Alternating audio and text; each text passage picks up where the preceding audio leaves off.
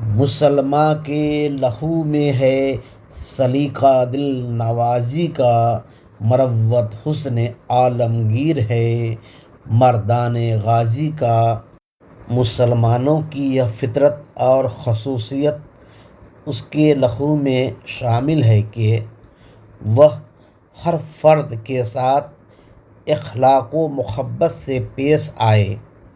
یہی نہیں بلکہ عالمی سطح پر بھی ہر فرد کے ساتھ مروت سے پیش آنا اس کا نصب العین ہے، اور یہی ان لوگوں کا طرز عمل ہوتا ہے جو راہ حق میں لڑتے ہیں۔